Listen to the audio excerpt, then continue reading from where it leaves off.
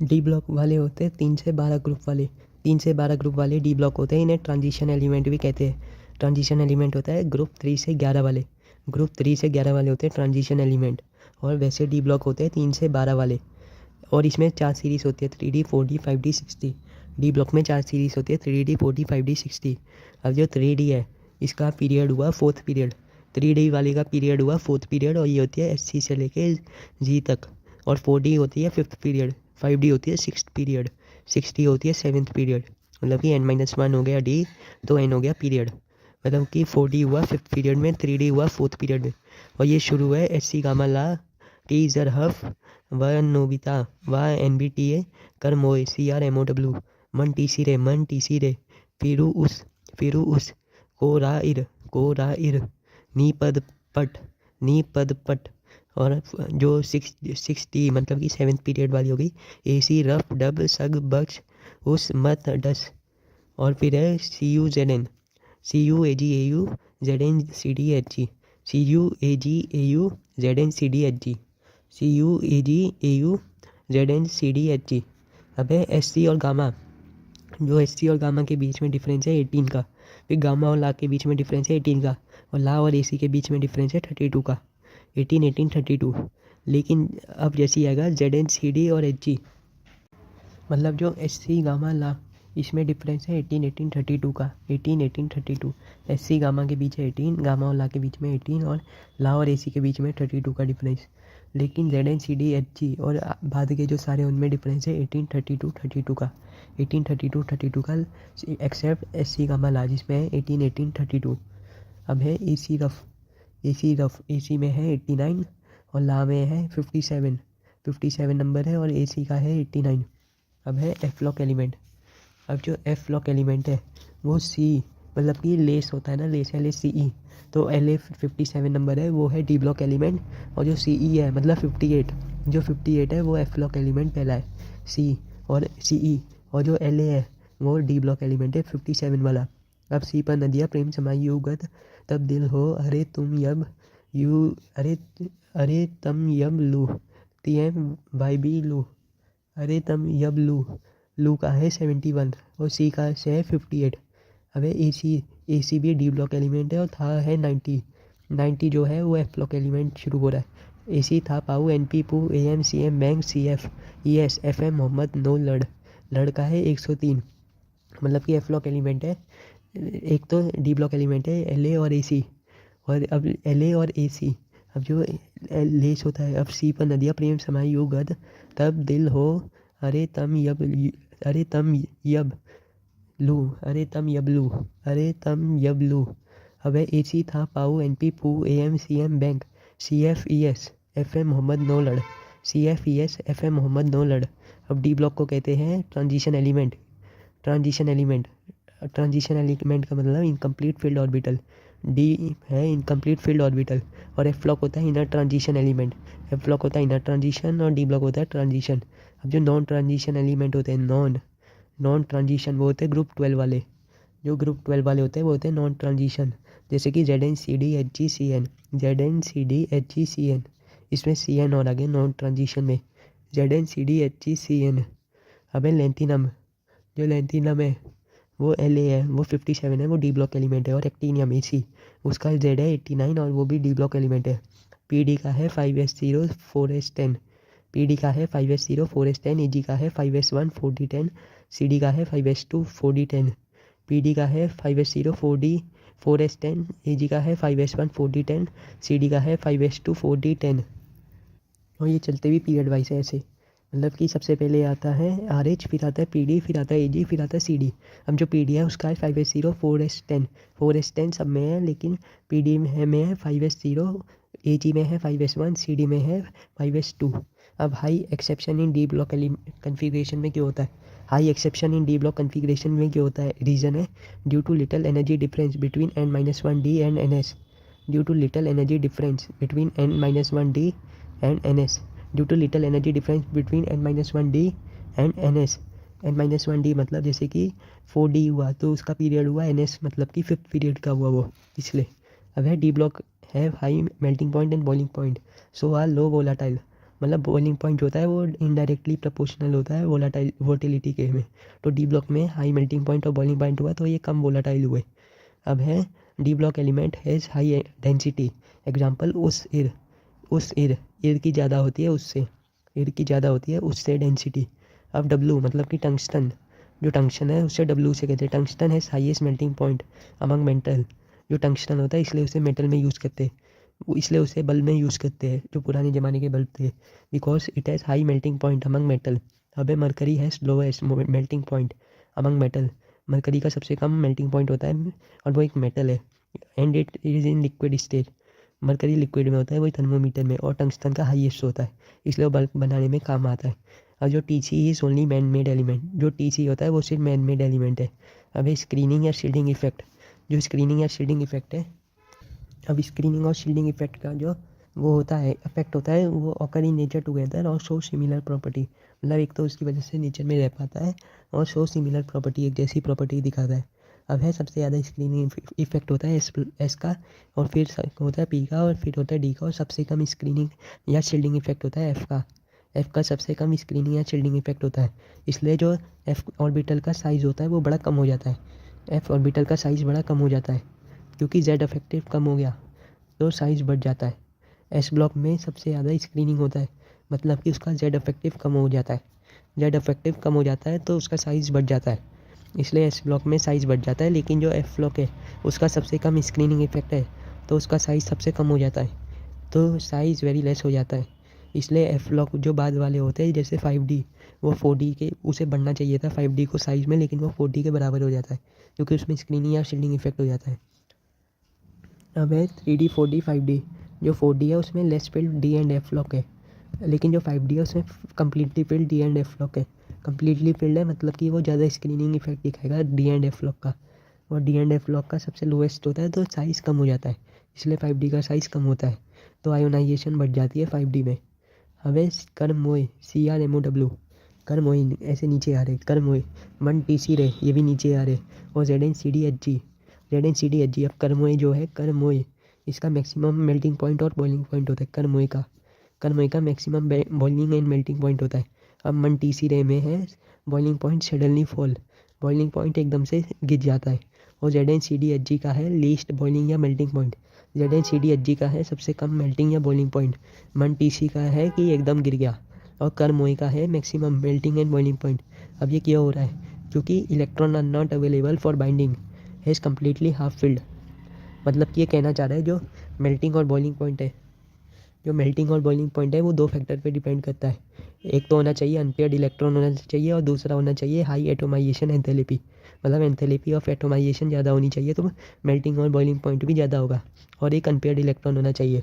अब जो ZNCDHG है उसमें कम्प्लीटली फिल्ड है तो उनका सबसे कम हो गया मेल्टिंग एंड बॉइलिंग पॉइंट, लेकिन जो 1TC रे है वो कम्प्लीटली हाफ फिल्ड है, मतलब पूरी तरह हाफ फिल्ड है तो उनका एकदम से गिर जाता है, और जो कर्मोय है उसका मैक्सिमम है कर्मोय। अब है ZNS lowest enthalpy of atomisation, zinc का सबसे कम एंथैल्पी ऑफ एटोमाइजेशन होगा, इसलिए जिंक की सबसे कम मेल्टिंग एंड बॉइलिंग पॉइंट होती है ZNCDHG। As no unpaired electron enthalpy of atomisation is lowest so melting point is also low. अब है आयोनाइजेशन एंथैल्पी, जो ionisation enthalpy of 5D is greater than 4D series, मतलब सबसे ज़्यादा होती है 3D की आयोनाइजेशन एंथैल्पी, फिर आता है सीधा 5D और आखिरी में होता है 4D की।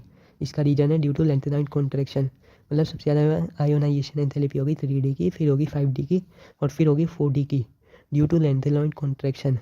अब है assertion second ionisation enthalpy of कर CR and CU is high, second ionisation enthalpy CR और CU की हाई होती है क्योंकि जो CR और CU में 4s1 3d5।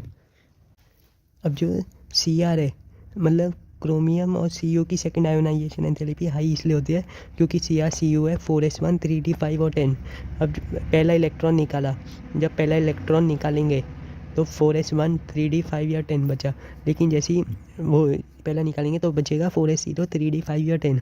अब जब दूसरा निकालने जाएंगे तो वो हटेगा नहीं क्योंकि वो फुल हाफ फिल्ड और कम्प्लीटली फिल्ड है, इसलिए सेकेंड आयोनाइजेशन एंथैल्पी ज़्यादा होती है। हमें CU AU AG इन आयोनाइजेशन, हमें इसे में बताना है कि किसकी सबसे ज़्यादा आयोनाइजेशन एंथैल्पी है, तो ये ग्रुप में लगे होते हैं CU AG AU, CU AG AU, तो 3D 5D 4D होना चाहिए, तो हो जाएगा CuAuAg। CuAuAg सबसे ज़्यादा होगा Cu का और सबसे कम होगा Ag का इन आयोनाइजेशन। अब हो गया Sc do not show variable oxidation show only +3 oxidation state. Sc जो होता है वो do not show variable oxidation state show only +3। जो जिंक होता है वो सिर्फ 2 दिखाता है +2। और जो Mn होता है वो मैक्सिमम ऑक्सीडेशन स्टेट दिखाता है due to most unpaired electron +7। Mn सबसे ज़्यादा मैक्सिमम ऑक्सीडेशन स्टेट दिखाता है ड्यू टू अनपेयर इलेक्ट्रॉन +7 जो होते हैं। अब है maximum oxidation state in full D block is +8। जो सबसे ज़्यादा maximum in full D block है वो है +8, जो दिखाते हैं ओ शुरू दिखाते हैं +8। और जो Mn होता है वो दिखाता है +7 मैक्सिमम ऑक्सीडेशन स्टेट सिर्फ वो 3D वाले में। और जो जिंक होता है वो करता है +2 और Sc करता है +3। और फुल डी ब्लॉक में है +8 ओस और रू। अब है लोएस्ट ऑक्सीडेशन स्टेट होता है when completely bond with carbonyl compound. जब वो कार्बोनिल कंपाउंड से जुड़ता है तो वो लोएस्ट ऑक्सीडेशन स्टेट दिखाता है। Example CO2 CO8 Fe CO5। इसमें ऑक्सीडेशन स्टेट होता है 0 अब जो कर्मोए है, जो कर्मोए है Cr+6, ये सब जो कर्मोए +6 ऑक्सीडेशन स्टेट में है बनाएंगे Cr+6 MO+6 W+6। लेकिन जो Cr+6 होता है ये अनस्टेबल होता है, और जो मोए होता है मोए+6 ये दोनों स्टेबल होते हैं। क्यों? ये हमें पता लगता है due to inert pair defect. Inert pair defect नहीं लगता डी ब्लॉक एलिमेंट में। अगर ये पी ब्लॉक एलिमेंट होता है तो मोए अनस्टेबल होता है, क्योंकि हैवी मेटल कांट वो रख सकता है। हैवी मेटल कभी भी मोस्ट ऑक्सीडेशन स्टेट नहीं लगता। लेकिन जो डी ब्लॉक एलिमेंट है उसमें इनट पेयर इफेक्ट लगता ही नहीं है इनट pair effect D block element में। तो जो मोए है वो मोए+6 ये स्टेबल है और कर+6 अनस्टेबल है, क्योंकि और CrO3 जो है मतलब Cr+6 जो है वो एक्सेस ऑक्सीडाइजिंग एजेंट, मतलब कि अपने आप को रिड्यूस करेगा मतलब वो Cr+6 से जाना जाएगा Cr+3 में, वो रिड्यूस होना चाहेगा, इसलिए वो एक्सेस ऑक्सीडाइजिंग एजेंट। अब है एंथैल्पी ऑफ एटोमाइजेशन। वही जो मेल्टिंग पॉइंट और बॉइलिंग पॉइंट को डिटरमाइन करता है, वो V की सबसे मैक्सिमम होती है। एंथैल्पी ऑफ एटोमाइजेशन V की सबसे ज़्यादा होती है, V से विनीत हो गया तो मैक्सिमम हो गई एंथैल्पी ऑफ एटोमाइजेशन। अब है जिंक CdHgMn, इसमें Mn और आ गया Mn do not show metallic property like lustre compress conductivity while other D block element do. मन होता है वो नहीं दिखाता ज़्यादा, वो लस्टर मेटेलिक प्रॉपर्टी और स्ट्रक्चरली अलग नहीं होता है। और ZnCdHg भी नहीं दिखाते, ZnCdHg और मन ये चारों नहीं दिखाते मेटेलिक प्रॉपर्टी। अब loss of exchange energy increases stability. अब जो जैसी एनर्जी लॉस हुई मतलब कि वो बंदा उतना कम वो हिलेगा, एनर्जी ज़्यादा चली गई तो उतना कम आदमी हिलता है तो वो मोर स्टेबल हो जाता है। अब डी ब्लॉक और पी ब्लॉक में जो फ़र्क है वो है जो डी ब्लॉक एलिमेंट होता है oxidation state changes by unity, मतलब एक करके ऑक्सीडेशन स्टेट चेंज होती है बाय यूनिटी। लेकिन पी ब्लॉक में 2 से चेंज होती है, अगर +1 है तो सेकंड में हो जाएगी +3 फिर हो जाएगी +5, ऐसा पी ब्लॉक में होता है। लेकिन डी ब्लॉक में चेंजेस बाय ए यूनिटी।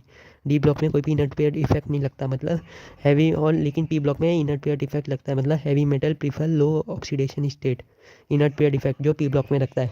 अब है एटॉमिक साइज, इसमें ऐसे बनाओ और फिर लिखो SCTIVCr एक जगह, फिर मन फीकोनी SCTIVCr Mn फीकोनी इन सबका एक जैसा है, और CuZn ऐसे एक नाव बना दो SCTIVCr Mn फीकोनी CuZn। अब जो Sc2+ और Zn2+ मतलब कि Sc2+ हुआ, Sc होता है 4s1 तो वो तो कुछ हुआ ही नहीं, Sc+2 और Zn+2 हुआ 3d10 हुआ, तो ये दोनों कलरलेस होते हैं। S fully filled orbital. अब आता है V+4 ब्लू होता है। अब है KMnO4 और K2Cr2 की जो ऑक्सीडेशन स्टेट होती है, KMnO4 और K2Cr2O7 में जो Mn और Cr की ऑक्सीडेशन स्टेट होती है ये दोनों 0 होती है, लेकिन ये दोनों कलरफुल होते हैं। इनकी ऑक्सीडेशन स्टेट दोनों की 0 है लेकिन ये कलरफुल है। इसका रीज़न है ड्यू टू चार्ज ट्रांसफ़र, दोनों में चार्ज का ट्रांसफ़र होता है। अब है परमैग्नेट जो होता है पोटेशियम परमैग्नेट मतलब KMnO4, इसमें पर आ रहा है P तो पी से हो गया पर्पल। अब K2Cr2O7 हो गया ऑरेंज, पोटेशियम डाइक्रोमेट हो गया ऑरेंज और परमैग्नेट हो गया पर्पल। अब है D block form complex compound, इसके रीज़न बताओ। D block form complex compound reason है has vacant D orbital, has small charge, has small size, has high charge density, मतलब हाई चार्ज डेंसिटी है, छोटा साइज है और वैकेंट डीप ऑर्बिटल है, इसलिए ये कॉम्प्लेक्स कंपाउंड बनाता है। अब है एसेसन में है fluorine has ability to stabilise higher oxidation state. Fluorine stabilise करता है हायर ऑक्सीडेशन स्टेट को। इसका रीज़न है due to high lattice energy, और सेकेंड है high bond energy. Due to high lattice energy and high bond energy fluorine can has ability to stabilise higher oxidation state. अब है oxygen can stabilise higher oxidation state and fluorine. मतलब fluorine higher oxidation state को वो करता है stabilise, लेकिन जो oxygen है वो और भी हायर ऑक्सीडेशन स्टेट को फ्लोरीन से अच्छा स्टेबलाइज करता है। इसका रीज़न है because oxygen can form double bond, जो 2-3 बॉन्ड है वो अच्छे से पकड़ पाता है। इसलिए MnO3F is known not MnF7। मतलब जो +7 ऑक्सीडेशन स्टेट है मैंगनीज की, वो ऑक्सीजन में ही पाई जाती है, ना कि MnF7 नहीं होता कोई भी कंपाउंड, MnO3F होता है। अब एसेसन CuCl2 and CuBr2 exist but CuI2 not exist. CuI2 exist क्यों नहीं करता? क्योंकि जो Cu2+ अपना रिडक्शन करवाता है एंड I- अपना ऑक्सीडेशन करवाता है, सो नॉट एग्जिस्ट। जो CuI2 को तोड़ेंगे तो बनेगा Cu2+ और I-, Cu2+ और I2I-। अब ये जो Cu2+ है ये अपना रिडक्शन कराएगा, और जो I- है ये अपना ऑक्सीडेशन करवाना चाहेगा, इसलिए ये वो होते नहीं है। अब है मतलब कि Cu2+ ने अपना रिडक्शन करा दिया और I- अपना ऑक्सीडेशन कराएगा। अब है एसेसन Cu+1 is unstable then Cu+2। Cu+1 हुआ 4s0 3d10, मतलब कि इसे स्टेबल होना चाहिए था लेकिन ये अनस्टेबल है। देन Cu2+ जो हो गया 3d9 वाला 4s0 3d9, ये ज़्यादा स्टेबल हो गया। Cu+2 वाला ज़्यादा स्टेबल हो गया Cu+1 से। इसका रीज़न है बिकॉज Cu+1 अंडरगोज डिसप्रपोर्शनल रिएक्शन। वो Cu+1 अंडरगो डिसप्रपोर्शनल रिएक्शन। अबे Wilkinson catalyst RHPPS3Cl, RHPPS3 bracket के अंदर, फिर बाहर आएगा ब्रैकेट के बाद 3, फिर ब्रैकेट बंद होगा बड़ा वाला और उसके तब से बाहर आएगा Cl। मतलब कि सबसे पहले ब्रैकेट लिखो, ब्रैकेट के अंदर लिखो RH, और फिर एक और ब्रैकेट छोटा वाला लगाओ और उसमें लिखो PPS3 और ब्रैकेट बंद कर दो। अब जो ब्रैकेट बन गया उसके बाहर लिख दो 3 और सबसे बड़ा वाला ब्रैकेट बंद करके लिख दो Cl। RHPPS3 3Cl, RHPPS3 3Cl। एक और बात 3 आएगा PPS3 3Cl, RHPPS3 3Cl। अब है D block show good and work as catalyst. जो डी ब्लॉक वाले होते हैं वो वर्क एज कैटलिस्ट। इसका रीज़न है because of variable oxidation state, क्योंकि डी ब्लॉक एलिमेंट में वेरिएबल ऑक्सीडेशन स्टेट होता है, इसलिए दे वर्क एज कैटलिस्ट। और D block are metals only, but P block can be metal, non metal and metalloid. सारे D block metal ही होते हैं, सिर्फ कोई भी नॉन मेटल नहीं होता। अब oxidation state of Fe in FeH2O5 NoSO4। Oxidation state of FeH2O5 NoSO4 is always 1, हमेशा एक ही रहेगी, क्योंकि ये ब्राउनिंग टेस्ट है where oxidation of iron is always +1 due to charge transfer. Due to charge transfer वो ऑलवेज +1 ही रहती है, ड्यू टू चार्ज ट्रांसफ़र, इसे कहते हैं ब्राउनिंग टेस्ट। अबे name a transition element which does not exhibit variable oxidation state. इसमें है ऑप्शन है SC ZN बोथ। अब देखो ट्रांजिशन एलिमेंट SC होता है लेकिन जिंक नहीं होता, क्योंकि जिंक में कम्प्लीटली फिल्ड होते हैं, वो होता है नॉन ट्रांजिशन। और सवाल में पूछा है नेम ए ट्रांजिशन एलिमेंट, तो इसका सिर्फ SC होगा, ZN इसका बोथ नहीं होगा। चाहे जिंक भी वेरिएबल नहीं दिखाता हो, लेकिन जिंक ट्रांजिशन एलिमेंट नहीं है। अब है SC never form HCO mono oxide, SC never form HCO, क्योंकि SC maximum show +3 oxidation state. और है highest oxidation state in oxide coincide with group. Highest oxidation state in oxide coincide with group, मतलब जो oxidation state आ रही है वही उस element का ग्रुप नंबर है, जो ऑक्सीडेशन स्टेट आ रही है वही उस एलिमेंट का ग्रुप है। अब है V2O5 का फंक्शन क्या है? Does oxidation of SO2 in H2SO4 manufacturing. V2O5 oxidation करता है SO2 का इन H2SO4 मैन्युफैक्चरिंग। अब है TiCl4 + AlCH3 used in इथेनाइन polymerisation, जो पन्नी में होता है पॉलीथीन में। TiCl4 + AlCH3 इथेनाइन पॉलीमराइजेशन में। अब PDCl2, जो PDCl2 है वो इथाइन को इथेनॉल में कन्वर्ट कर देता है, इथाइन मतलब ट्रिपल बॉन्ड को उसने एल्डिहाइड में कन्वर्ट कर दिया।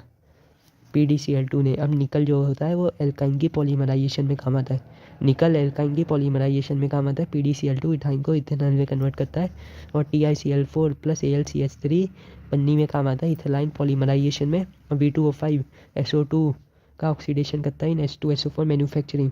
अब lanthanoid contraction happen due to only negligible screening effect. Lanthanoid contraction सिर्फ और सिर्फ नेग्लिजिबल स्क्रीनिंग इफेक्ट की वजह से काम करता है, मतलब बिल्कुल भी स्क्रीनिंग इफेक्ट नहीं हो रहा ऑफ एफ्लॉक एलिमेंट, इसलिए लेंथेनॉल कॉन्ट्रैक्शन होता है।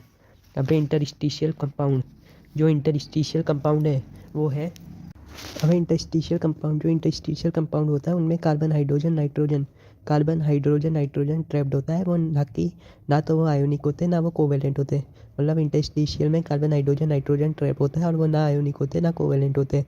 उनका हाई मेल्टिंग पॉइंट होता है और वेरी हार्ड होते हैं वो, और are chemically inert not reactive, वो इनर्ट होते हैं रिएक्टिव नहीं होते इंटरस्टिशियल वाले।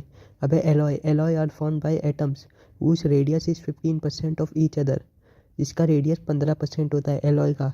Formed by atoms whose radius is 15% of each other। अब बेस्ट एलॉय बनते हैं फेरस के, मतलब जो आयरन के सबसे बढ़िया एलॉय बनते हैं फेरस एलॉय। अब है ब्रास का है सूजन मतलब कॉपर जिंक। ब्रॉन्ज का है सूसन कॉपर टिन सूसन, जो सन है वो ब्रॉन्ज है हमारा, वो ब्रॉन्ज मेडल आएगा जैसे डंगल में कहते तो ब्रॉन्ज सूसन ब्रास सूजन, इसमें जन है सूजन हो गया ब्रास में ब्रॉन्ज सूसन। जर्मनी का है सूनियो तो सूनीजन ZN सूनीजन। अबे गन मेटल हुआ सूजन, गन हुआ सन सूजन, जो गन हुआ उसका हुआ गन सन सूजन सन से हो गया SN, सू से हो गया कॉपर, जन से हो गया जिंक, तो गन सन सूजन ब्रॉन्ज सूसन इसमें किन है। अब है जर्मनी का सूनियो तो सूनीजन और ब्रास में है सूजन, मतलब कि जो टिन है सन है वो सिर्फ ब्रॉन्ज में है, ब्रॉन्ज सूसन ब्रॉन्ज सिर्फ सूसन है, सन आ रहा है मतलब टिन है। जो बाकी ब्रास और जर्मन सिल्वर है इन दोनों में आ रहा है सूजन और सूनीजन, जन आ रहा है जन जिंक, और गन मेटल में दोनों आ रहा है सूजन सन। अब है potential value depends on number 1 है हिस याद रखो, hydration ionisation sublimation. Potential energy depends on his hydration ionisation sublimation. अब ई नॉट ज़्यादा तो ऑक्सीडेशन ज़्यादा, ऑक्सीडाइजिंग एजेंट होगा उतना ही और उतना ही कम होगा रिड्यूसिंग एजेंट, तो नेगेटिव ई नॉट, मतलब कि इफ़ मोर पॉजिटिव या लेस नेगेटिव, मतलब पल if lower oxidation state is more stable. पल याद रखो पल तो पल से होगा पी से हो गया मोर पॉजिटिव, या जिसका मतलब हुआ लेस नेगेटिव मोर पॉजिटिव, तो लोअर पल एल से हो गया lower oxidation state is more stable, lower oxidation state is more stable.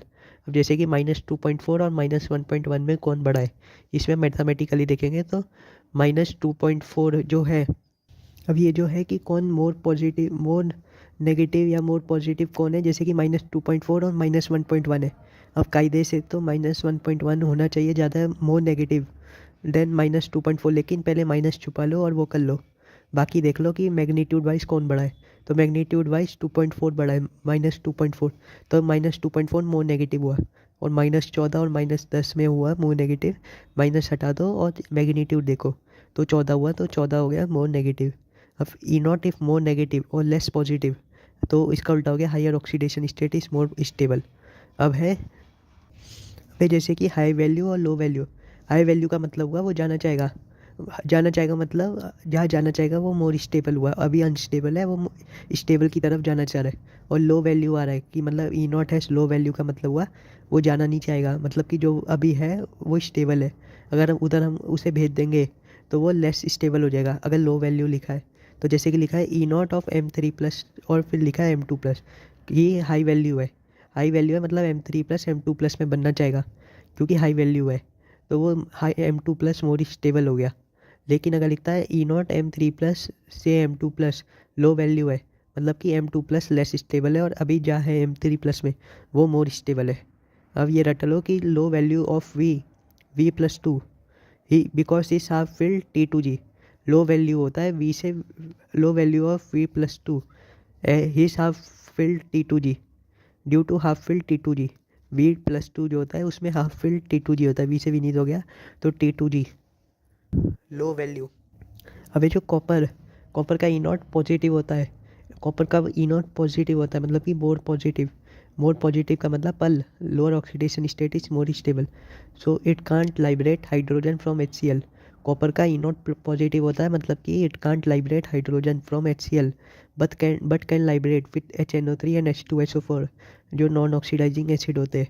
मतलब वो HCl से तो हाइड्रोजन नहीं निकाल पाएगा, लेकिन नॉन ऑक्सीडाइजिंग एसिड जैसे कि HNO3 H2SO4 से वो हाइड्रोजन निकाल लेता है कॉपर, क्योंकि उसका ई नॉट पॉजिटिव है। अब इसका रीज़न है बिकॉज हिस, अब हिस याद रखो तो हिस में पहला अक्षर है H वाला, मतलब बस हाइड्रोजन लो होगा, बाकी दोनों हिस जो है वो IS वो दोनों हाई होंगे। तो हाई सब्लिमेशन, हाई आयोनाइजेशन और लो हाइड्रेशन, इसमें H वाला नीचे हो गया, बाकी दोनों ऊपर हो गए। आयोनाइजेशन भी हाई हो गया, सब्लिमेशन भी हाई हो गया। अब ई नॉट ऑफ Mn निकल और zinc more negative, E naught of Mn Ni Zn more negative. Mn का हुआ, Mn और Zn का हुआ क्योंकि वो more stable due to half filled and fully filled, Mn2 plus वही और Zn2 प्लस। और निकल का हुआ हाईएस्ट होता क्योंकि वो नेगेटिव हाइड्रेशन में हो गया, नेगेटिव हाइड्रेशन में चला गया निकल because of negative hydration, negative hydration निकल। अब है Mn and V show more negative EM2 plus से M, Mn and V show more negative का मतलब जैसे सवाल है Mn and V show more negative M2 plus से M बनना, मोर नेगेटिव मतलब वो पल जो था पल को उल्टा कर दो, मतलब मोर नेगेटिव तो higher oxidation state more stable हो गई। मतलब कि जब higher oxidation state more stable हो गई तो जो M है Mn है वो ज़्यादा, वो Mn2 प्लस है वो मोर स्टेबल। जैसे Mn है, Mn सिर्फ Mn हुआ तो उसकी ऑक्सीडेशन स्टेट 0 हुई, और Mn2 प्लस में ऑक्सीडेशन स्टेट हुई 2, तो high oxidation state more stable तो हाई हो गई Mn2 प्लस की, तो Mn2 प्लस मोर स्टेबल हो गया Mn से, ऐसी V plus two more stable हो गया V से।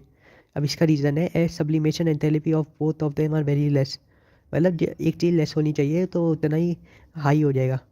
जैसे कि निकल में था हाईएस्ट नेगेटिव हाइड्रेशन और कॉपर में था हाई सब्लिमेशन और आयोनाइजेशन एंड लो हाइड्रेशन। अब है copper E naught of M3 plus से M2 प्लस ज़्यादा है, more positive in than Cr3 plus से Cr2 प्लस और Fe3 प्लस से Fe2 plus. E naught of M3 plus से M2 प्लस मोर पॉजिटिव है देन Cr3 प्लस से Cr2 plus या Fe3 प्लस से Fe2 प्लस। ऐसा क्यों? इसका रीज़न है मोर पॉजिटिव मतलब पल, मतलब lower oxidation state in more positive, तो Mn2 प्लस और Mn3 प्लस में लोअर ऑक्सीडेशन स्टेट हुई Mn2 प्लस की, तो Mn2 प्लस की मोर स्टेबल हुआ क्योंकि वो हाफ फिल्ड हो गया 3D5 हो गया, लेकिन जो Cr3 प्लस मोर स्टेबल होना चाहिए था Cr2 प्लस से, इसलिए कम हो गया। मोर पॉजिटिव में इसकी कम वैल्यू हो गई क्योंकि Cr3 प्लस मोर स्टेबल होता है D3 हो गया ड्यू टू T2G, और वो Fe3 प्लस मोर स्टेबल होना चाहिए था ड्यू टू हाफ फिल्ड, पर उसे हम कन्वर्ट करें Fe2 प्लस में जो लेस स्टेबल है, इसलिए ये मोर पॉजिटिव है Mn3 प्लस से Mn2 प्लस।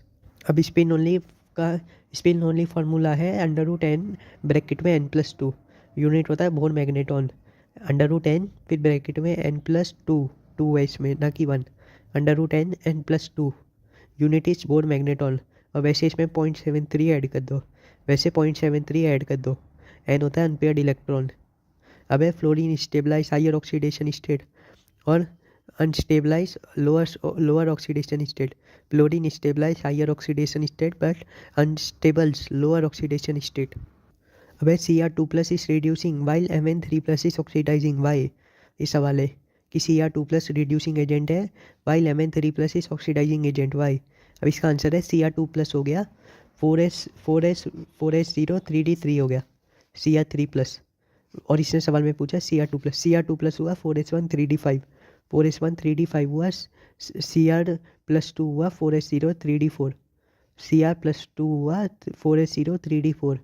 तो अब इसमें अगर हम एक इलेक्ट्रॉन निकाल दें मतलब Cr+3 बना दे तो ये T2G बन जाएगा, मतलब कि बन जाएगा 4s0 3d3 बन जाएगा। तो इसलिए ये अपने आप को एक इलेक्ट्रॉन हटाना चाहेगा, अपने आप को ऑक्सीडाइज करना चाहेगा, तो ये दूसरों के लिए रिड्यूसिंग एजेंट हो गया, अपना ऑक्सीडेशन करा रहा है दूसरों को रिड्यूस कर रहा है। लेकिन Mn3 प्लस जो हो गया, अब Mn3 प्लस हुआ 3d4, ये अपने आप इसमें कोई T2G नहीं होता, इसलिए ये इसका Mn2+ ही स्टेबल है, तो इसलिए ऑक्सीडाइजिंग एजेंट की तरह काम करते ताकि ये Mn2+ बन जाए। अब है strongest oxidising agent. Strongest oxidising agent हुआ है मन को +3। मन को +3 स्ट्रॉन्गेस्ट ऑक्सीडाइजिंग एजेंट। मन को +3 मतलब Mn और CO, Mn और CO +3 दोनों की ऑक्सीडेशन स्टेट है। अब है स्ट्रॉन्गेस्ट रिड्यूसिंग एजेंट हुआ, स्ट्रॉन्गेस्ट रिड्यूसिंग एजेंट हुआ RH विटेकर। RH विटेकर तो V+2 टी टेकर, कर से हुआ Cr2+ और T से हुआ Ti2+ और R से हुआ रिड्यूसिंग एजेंट। तो RH विटेकर मतलब can liberate hydrogen from acid, H+ from acid, stronger reducing agent RH विटेकर। H से हुआ रिड्यूसिंग एजेंट, V से हुआ V+2 और टेकर से हुआ Ti2+ और Cr2+ और स्ट्रॉन्गेस्ट ऑक्सीडाइजिंग था मन को +3, मन को +3। अब है डी ब्लॉक है very negative E0 but are not good reducing agent as compared to S block. D block have very negative E0 potential but are not good reducing agent, as compared to S block. इसका reason है due to high sublimation and high ionisation and low hydration. वही इस ज़्यादा हो गया, इसमें पहला अक्षर कम हो गया, लो हाइड्रेशन और सब्लिमेशन और आयोनाइजेशन ज़्यादा हो गया।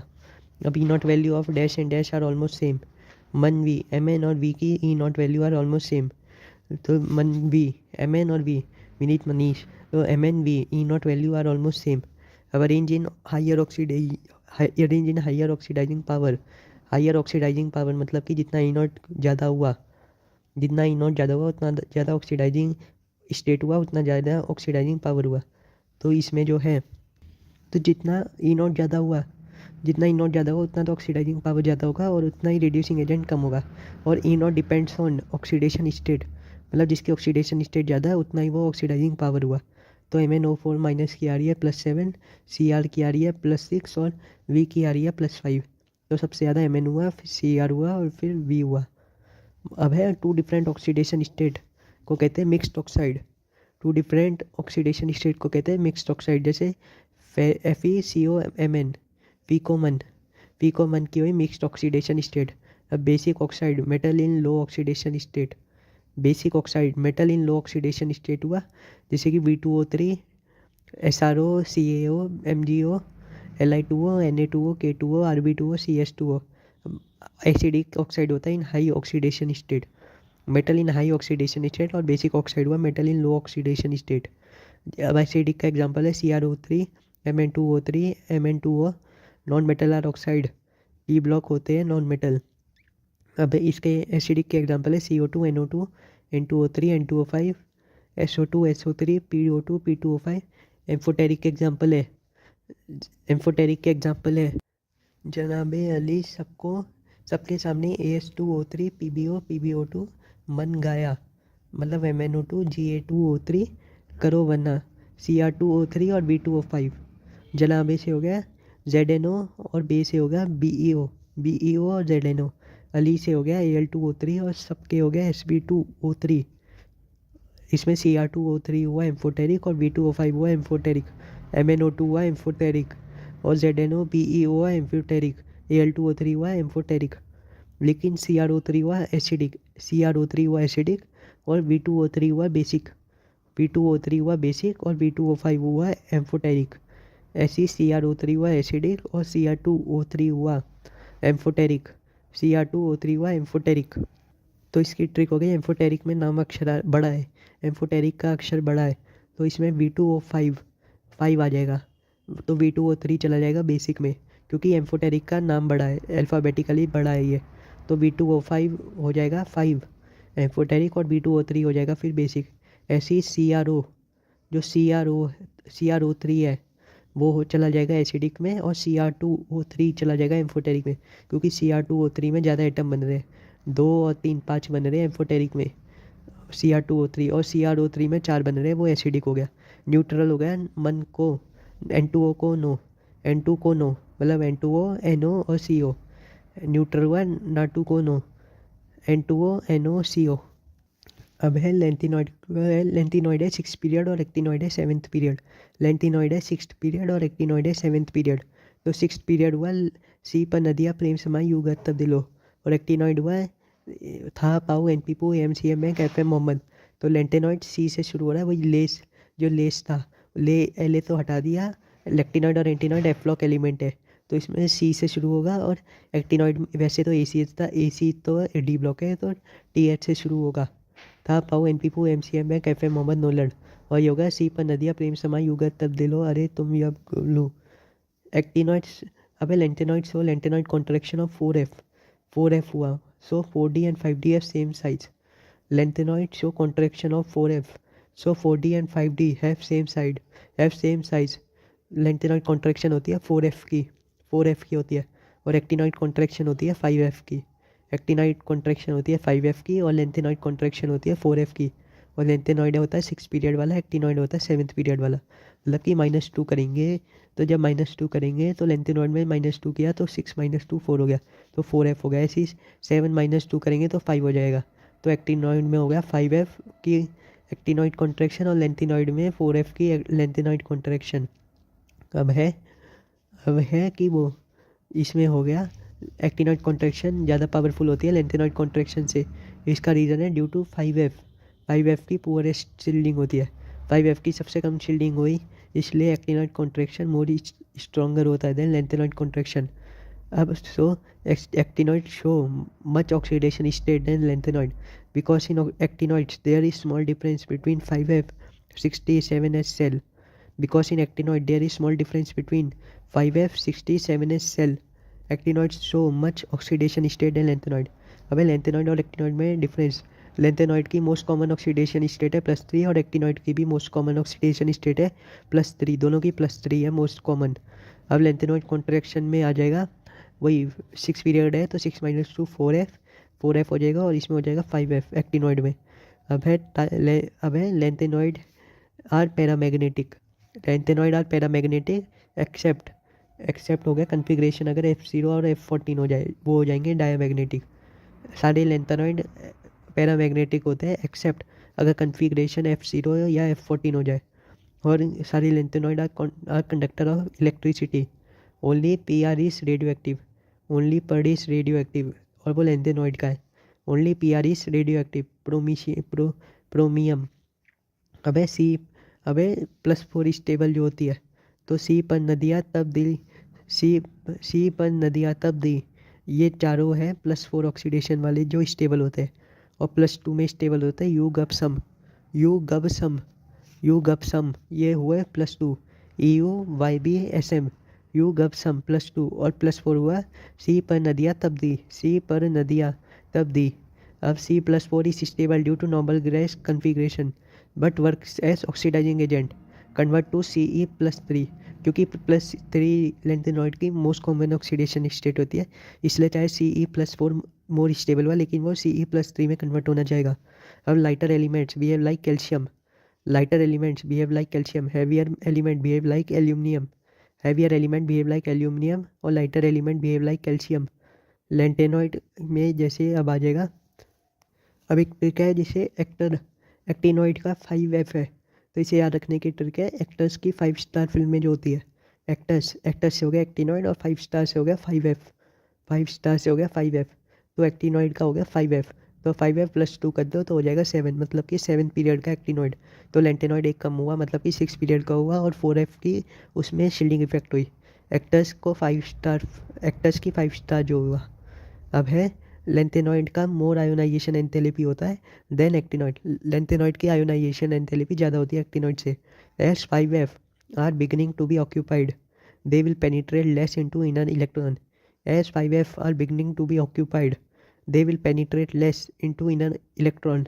लेंथेनॉइड की मोर आयोनाइजेशन एंथैल्पी होती है देन एक्टिनॉइड, ये उल्टा चला गया केस। अब है जब हम पीरियोडिक टेबल में अगर ऐसे पीरियड की तरफ जाएंगे तो बेसिक करेक्टर डिक्रीज होगा और एसिडिक करेक्टर इंक्रीज होगा। बस एसिड का याद रखो कि ऐसे जाएंगे तो एसिडिक करेक्टर बढ़ेगा, जैसे इलेक्ट्रोनेगेटिव आयोनाइजेशन ये सब बढ़ता है, ऐसी एसिडिक करेक्टर बढ़ेगा, और जैसे ही नीचे जाएंगे तो एसिडिक करेक्टर कम होगा, जैसे वो कम होता है इलेक्ट्रोनेगेटिविटी आयोनाइजेशन ये सब नीचे जाने में कम होता है, तो एसिडिक कम होगा तो बेसिक बढ़ जाएगा ऑटोमेटिक।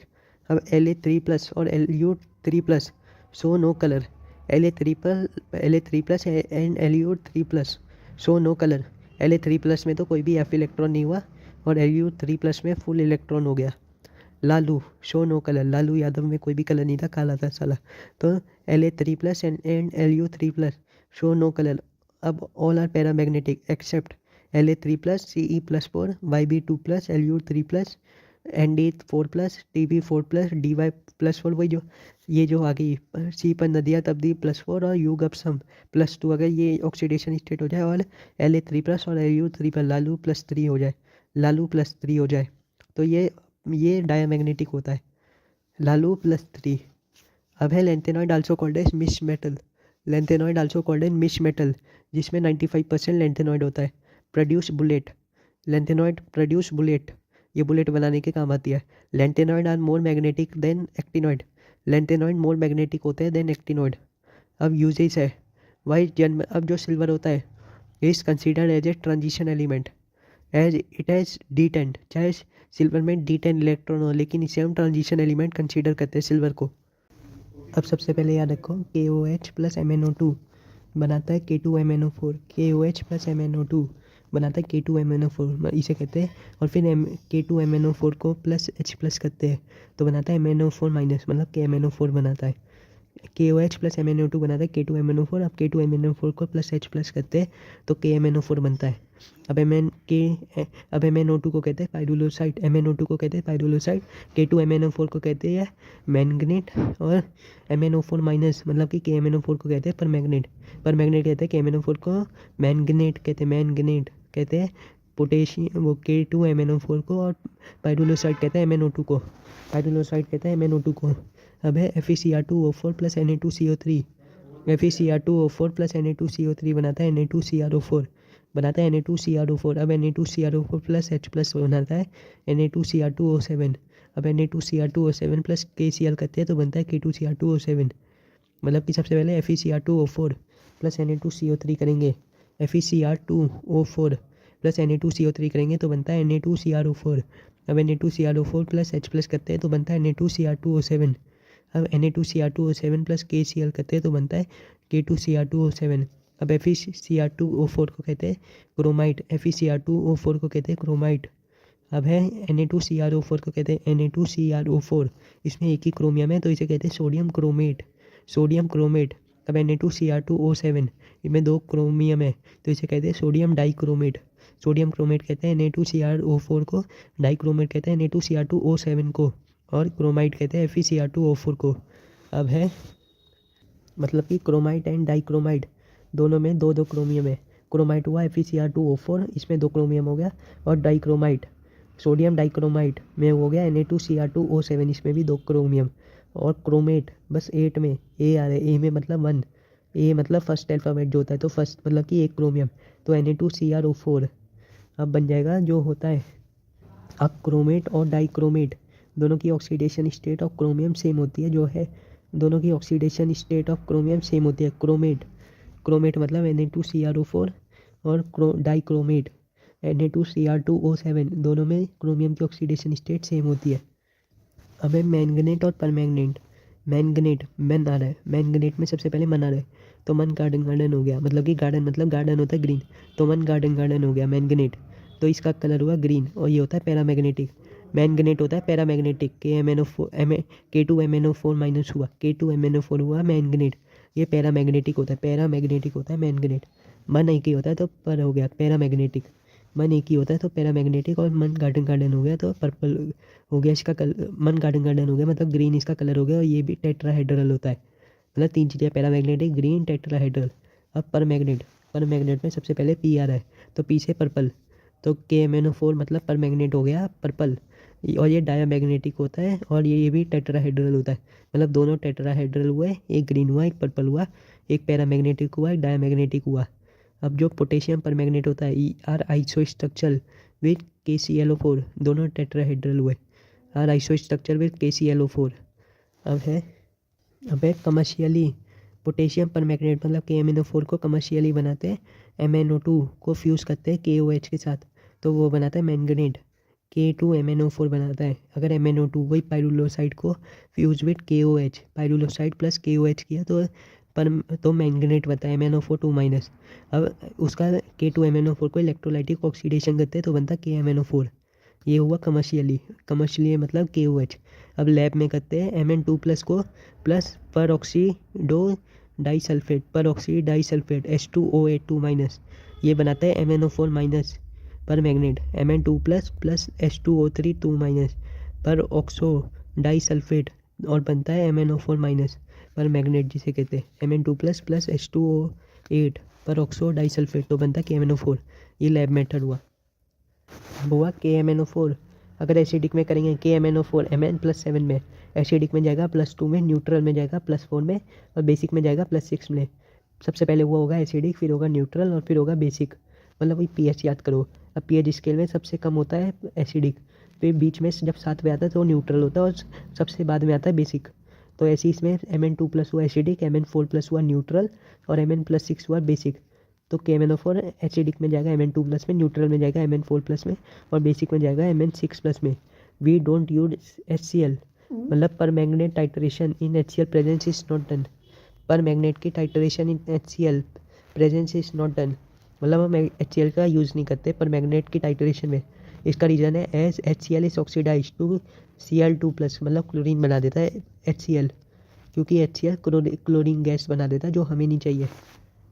अब एसिडिक मीडियम में मतलब जब वो Mn2+ बनाएगा तो वो NO2- को कर देगा NO3- में, C2O4 को कर देगा CO2 में, C2O4 2- को कर देगा CO2 में, Fe2+ को कर देगा Fe3+ में, I- को कर देगा I2 में और H2- को कर देगा S में और SO3 2- को कर देगा SO4 2- में।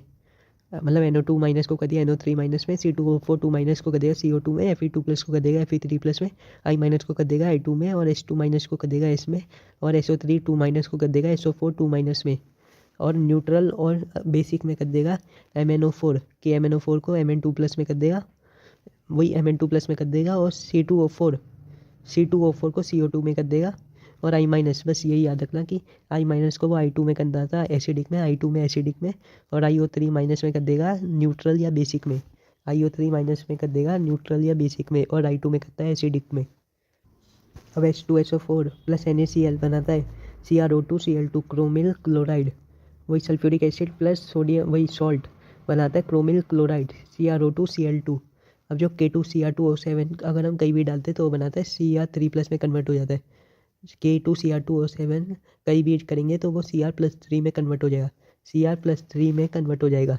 वो I- को I2 में, H2S को S में, SN2+ को कर देगा SN4 में, Fe2+ को Fe3 में, C2O4 2- को कर देगा CO2 में। अब है K2Cr2 used as strong oxidising agent in acidic medium. अब K2Cr2O7 को कहते हैं potassium dichromate used in leather and work as an oxidant मतलब वर्क एज ऑक्सीडाइजिंग एजेंट। अब है क्रोमेट को डाइक्रोमेट में करना है मतलब कि both are interconvertible in aqueous solution depends on pH of solution. अब CAD लिखो, CAD, C से हो गया क्रोमेट, A से हो गया एसिडिक और D से हो गया डाइक्रोमेट। अगर हमें क्रोमेट से डाइक्रोमेट बनाना है तो हमें एसिडिक मीडियम देना है, अगर डाइक्रोमेट से क्रोमेट बनाना है तो हमें बेसिक मीडियम देना है। तो क्रोमेट से CAD, क्रोमेट से डाइक्रोमेट एसिडिक, डाइक्रोमेट से क्रोमेट बेसिक। अब है जो C क्रोमेट होता है वो येलो होता है, क्रोमेट येलो कलर का होता है और डाइक्रोमेट ऑरेंज का होता है। डाइक्रोमेट ऑरेंज का होता है और क्रोमेट येलो का होता है। मतलब कि K2Cr2O4 क्रोमेट होता है येलो का और डाइक्रोमेट होता है ऑरेंज का। अब जो Cr2O4 2- है वो Cr2O7 2- है, K2Cr2O7 डाइक्रोमेट, उसमें 4 ऑक्सीजन जुड़े हुए होते हैं और वो उसमें उसमें अब एक क्रोमेट और डाइक्रोमेट में डिफरेंस, क्रोमेट येलो का हुआ, डाइक्रोमेट ऑरेंज का हुआ। और जो है क्रोमेट उसमें एक ही टेट्राहेड्रल होता है और डाइक्रोमेट में डाई आर है, डाई मतलब 2, तो इसमें 2 टेट्राहेड्रल हुआ विथ CrO-Cr बॉन्ड। मतलब Cr के आगे O लगता है और उसके आगे Cr लगता है, O ऑक्सीजन की ब्रीजिंग होती है और इसमें डिग्री बनता है 126 डिग्री, डाइक्रोमेट में डिग्री बनता है 126 डिग्री और इसमें both are strong oxidising agent so used are oxidant. अब सोडियम डाइक्रोमेट मतलब Na2Cr2O7 is more soluble in water so used as an oxidising agent. अब जो पोटेशियम डाइक्रोमेट होता है K2Cr2O7, एक तो है Na2Cr2O7, एक है K2Cr2O7। तो पोटेशियम इसे याद रखो PV सिंधु जो PV सिंधु है, तो पी से हो गया पोटेशियम डाइक्रोमेट, यूज्ड इन वॉल्यूमेट्रिक एनालिसिस, इसमें PV वी आ गया तो used in volumetric analysis, PV Sindhu. Potassium dichromate used in volumetric analysis, और सोडियम डाइक्रोमेट यूज़ नहीं करते वॉल्यूमेट्रिक एनालिसिस में, सिर्फ पोटेशियम डाइक्रोमेट यूज़ करते हैं। अब potassium dichromate plus sulphur SO2 इन एसिडिक मीडियम गिव्स Cr2SO4 3, जो ग्रीन होता है। जो पोटेशियम डाइक्रोमेट होता है प्लस SO2 इन एसिडिक मीडियम गिव Cr2SO4 3, जो ग्रीन होता है।